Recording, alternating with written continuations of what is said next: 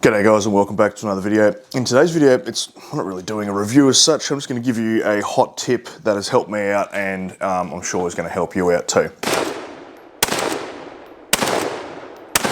If you've gone and done load development and you're doing it correctly, you would know that you have to wait a fair amount of time in between your groups to make sure your barrel is at an optimum temperature. Most people, when they're firing groups, are going to fire, 5, maybe 10 rounds to warm up the barrel, but then you've got to keep that barrel at that optimum warmness, not too hot, not too cold. It's kind of like porridge, and you want to keep it at that temp to make sure your groups are consistent. If you get the barrel too hot, your groups may open up. If you shoot it too cold, they may not be the same as what you're going to be shooting when the gun is warm, if that all makes sense. Now, when I'm doing a load for a hunting rifle with a sporter barrel, I want to keep that barrel as cold as possible because I'm going to be taking my shot cold bore.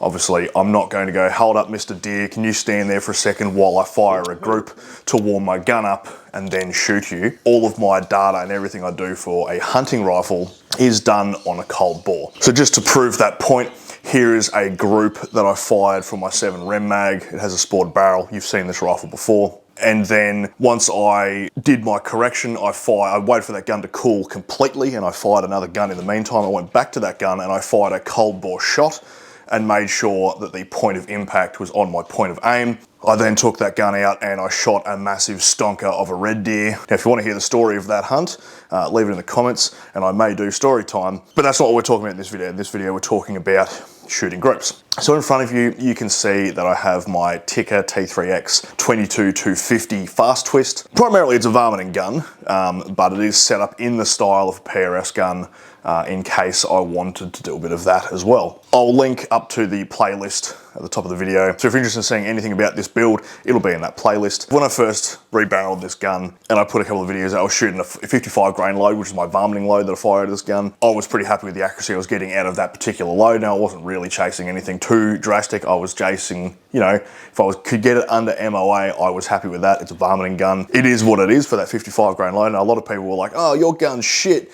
Why would you be happy with that? That's terrible, fucking blah, blah, blah. But I knew that down the track I was going to be pushing 80 grainers out of this, which is why I put a 1/8 twist on the gun. So I finally got around to doing some load development with the 80 grainers. Now, I had already done a ladder test, and I'd done that nearly 2 years ago. I did that ladder test, and I've only just got around to firing the groups from that ladder test. So when I did the ladder test, I found that there were a couple of good nodes, so I did a few loads up at 0.2 grain increments around those nodes. Now I did find a couple of those loads did group exceptionally well, and that means that I can go into that 0.4 grain range and I can do some more groups up in those and I can shoot them and I can really fine tune this load. I haven't even touched seeding depth yet. These are all 5 thou off the lands, so they're quite close up there. Now I did that because when I ladder test, I want to have it as close to the lands as I'm willing to go. So when I do my pressure testing, I know that I'm not going to go over pressure if I end up seeding the bullets out further, because the closer they are to the lands, the higher your peak pressure in your chamber when the round is fired. So I'll do up some loads around that area. And then I may play with the seeding depth. I may not, because it's an 80 grain bullet. It needs to be seeded out a fair way to increase your powder capacity, because that cartridge is set up to fire light bullets. So these aren't going exceptionally quick, but that's kind of what I want out of this. Anything over 3,000, you kind of lose your trace if you're doing long range shooting. And if you can't see the trace, you can't follow your bullet in flight. So most people, when they're doing like a PRS style load up, they want to keep it below 2950 so you can see the trace. Also gives you a little bit less recoil, not that this recoils at all because it's a heavy gun with a small cartridge, and it will prolong my barrel life a little bit as well because I'm not screaming them out plus of 3,500 feet per second. I can push 55 grainers out of this gun at like 3,800 feet per second. If I don't need to push them that fast for what I'm doing with this rifle, I'm not going to. Now, to get to the nuts and guts of this video, because I've rambled on a lot about stuff that you probably don't want to hear about, is, now this is a very heavy barrel, but I also found that even in this, the barrel was heating up quite a lot after, you know, I got to maybe the 4th group. I'd have to wait a long time for it to cool down. So I went searching online and I did a bit of research, and this is not my idea. There's been a million people do this exact same thing, but I'm just passing the info on because you may not have seen their videos. Blowing air down the barrel to cool your barrel quicker. Now you can buy things called a chamber chiller. They're kind of expensive. They're kind of hard to get here in Australia. So I settled on something very similar and it was cheaper. And from Amazon, I went and got one of these super duper rechargeable fans. Now it comes with a couple of nozzles on the front, but you can't really get them down in the chamber. So what I did was I took a nozzle and I jammed some 13mm pipe up there. So remembering when you buy pipe like that from Bunnings, it's an internal diameter. So the hole inside there is 13. The hole in this is about 15. So it's a tight fit. You squeeze it through, it's not going to go anywhere. Plug that onto the front.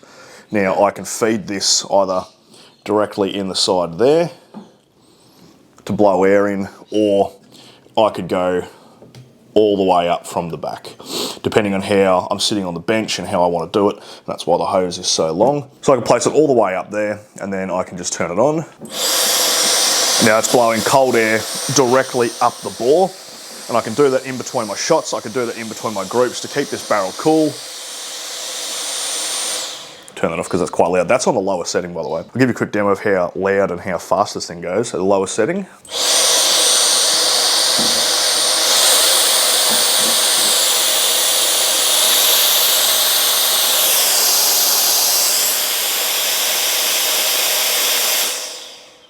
Quite loud, and that's blowing a shitload of air out the muzzle, so that will cool that exceptionally quickly. And then when you're done, you just pull it out and stick it back in your range bag. As I said, that was off Amazon. It was like $60 delivered, something like that. It's incredibly cheap, a hell of a lot cheaper than buying a chamber chiller. In my opinion, it would blow air a lot faster than a standard chamber chiller as well. So if you're gonna go fast in groups and you wanna keep your gun cool, there's a cheap option for you. Happy shooting. Hope you got something out of that. I'll see you next video, and hooroo.